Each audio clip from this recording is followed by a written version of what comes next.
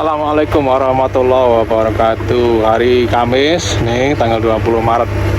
Sekarang jam 3 kurang 10. Oke, ini sengaja saya buat video lebih awal karena nanti sore saya nggak ikut ngasih makan ikan, ada keperluan lain ya. Jadi saya nggak ikut nanti ngasih makan sore nanti. Oke, tadi ada yang bertanya ya tentang ikannya itu dikasih vitamin nggak gitu ya. Nah, jadi di sini tuh ada vitamin juga ya. Jadi untuk ikan tuh ada vitaminnya. Oke, ini ada selain vitamin nanti akan saya jelaskan semua yang ada di kolam ini apa aja ya. Di sini udah ada list ya.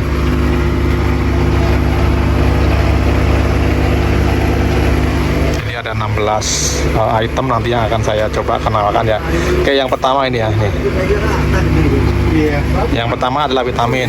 Kita pakai vitamin ini nih. Vitamin B kompleks ya, ini dari IP, B kompleks dari IP. Ini kita punya persediaan banyak tuh. Oke, ini vitamin untuk ikan. Oke, yang kedua adalah probiotik ya nih. Probiotiknya kita pakai ini. Aqua Enzim nih, pakai probiotiknya pakai yang ini. Ini sekali doang, sekali waktu kita masih mengkondisikan air. Terus ada molase. Nah, molase ini pakainya nih. Wah, kelihatan.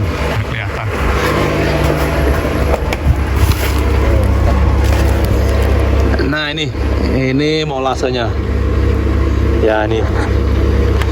Ada hitungan juga, ada hitungannya kalau mau pakai waktu mengkondisikan air. Terus prebiomic sipanen. Nah, ini kita juga pakai karena kita kolam 5 itu pakai sipanen. Nah, ini kayak gini.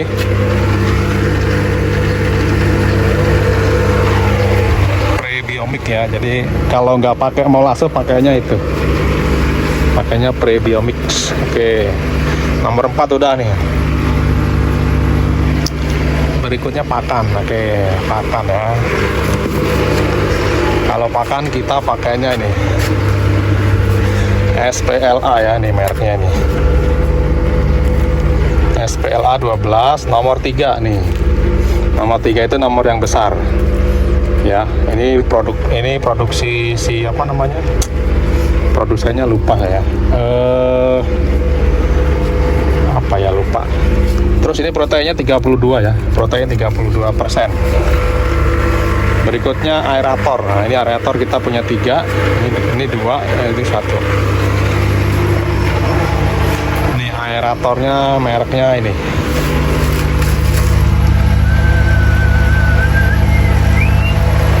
Resun. Ini aerator Resun kita ada 3 untuk 6 kolam. Nih, LP 200 ya. Resun LP 200 kita pakainya 3 untuk 6 kolam. Terus bubble diffuser. Oke, emang nggak kelihatan. Bubble diffuser itu ini ya. Jadi ini alat yang untuk menciptakan gelembung-gelembung itu ya. Ya, ini satu kolam ada 5 nih. 1, ini 2 nih, 3, 4, 5 sama itu. Jadi satu kolam ada 5 itu bubble diffusernya ya. Jadi alat yang untuk menciptakan gelembung itu.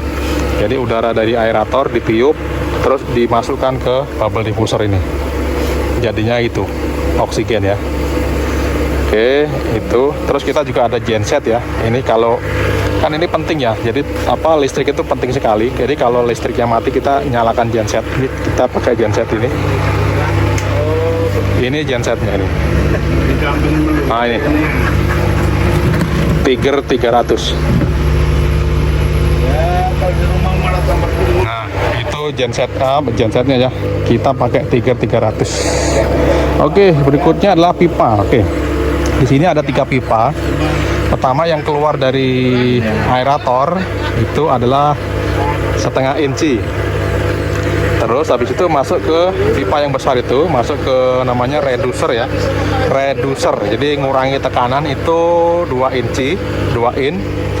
Terus habis itu masuk ke sini, pipa ini 3/4 in. Yang mau masuk ke bubble diffuser ya itu 3/4 in. Jadi kita pakai 3 jenis pipa paralon. Oke, berikutnya adalah kolam ya. Oke, kolam kita ada 6 di sini. 6 kolam.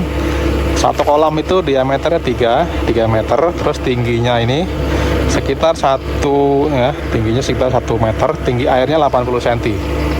Seperti itu ya. Kalau airnya air biasa, air pompa biasa, air sumur, air tanah ya, air tanah.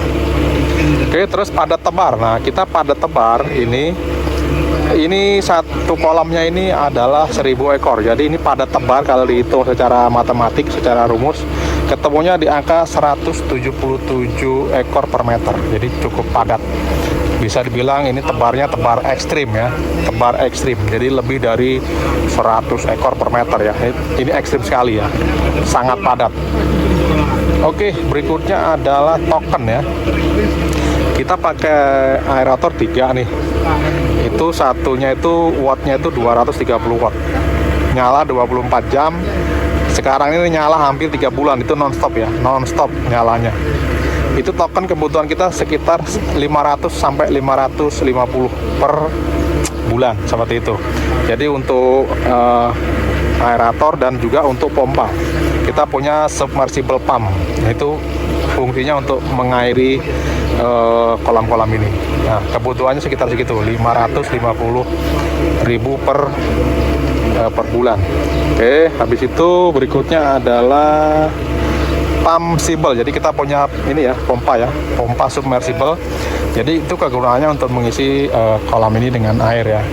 Kan ini kan kadang-kadang kita perlu buang air ya. Kadang kita perlu buang air. Kalau kondisinya umpama kondisi vlognya itu udah terlalu banyak, nah itu harus kita buang.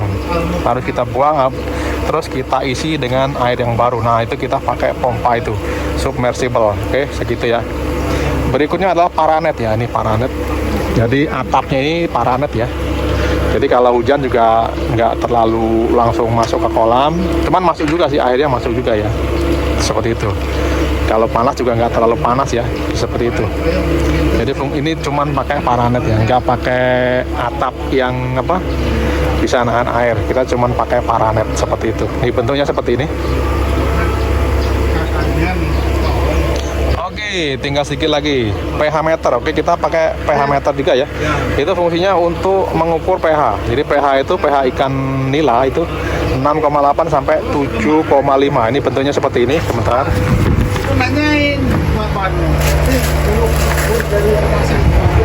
Nah, ini ya. Ini bentuknya. Nah, ini pH meter. Jadi alat untuk mengukur kondisi pH. Ya, seperti itu. Nih.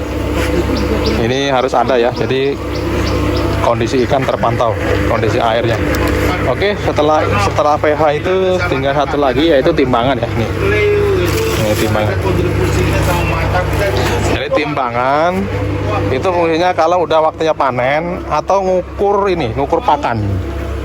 Ngukur pakan, terus untuk penimbangan waktu jual ikan, terus menimbang bobot ikan. Jadi sampling itu bobot ikan. Jadi kan bobot ikan berapa itu ditimbang di situ.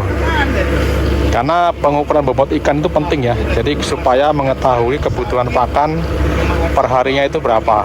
Seperti itu. Ya, seperti itu ya. Jadi ada berapa tadi listnya itu? Ada 16 kebutuhan ya. Nih. Tuh. Ada 16 kebutuhan ya nih. Ada 16 kebutuhan. Oke, semoga yang tadi nanya pakai vitamin apa udah terjawab ya. Oke, jika ada pertanyaan silahkan disampaikan di kolom komentar. Kita jumpa lagi di video ngasih pakan selanjutnya, karena sore ini saya tidak bisa ngasih pakan karena ada keperluan lain. Oke, selamat siang. Assalamualaikum warahmatullahi wabarakatuh.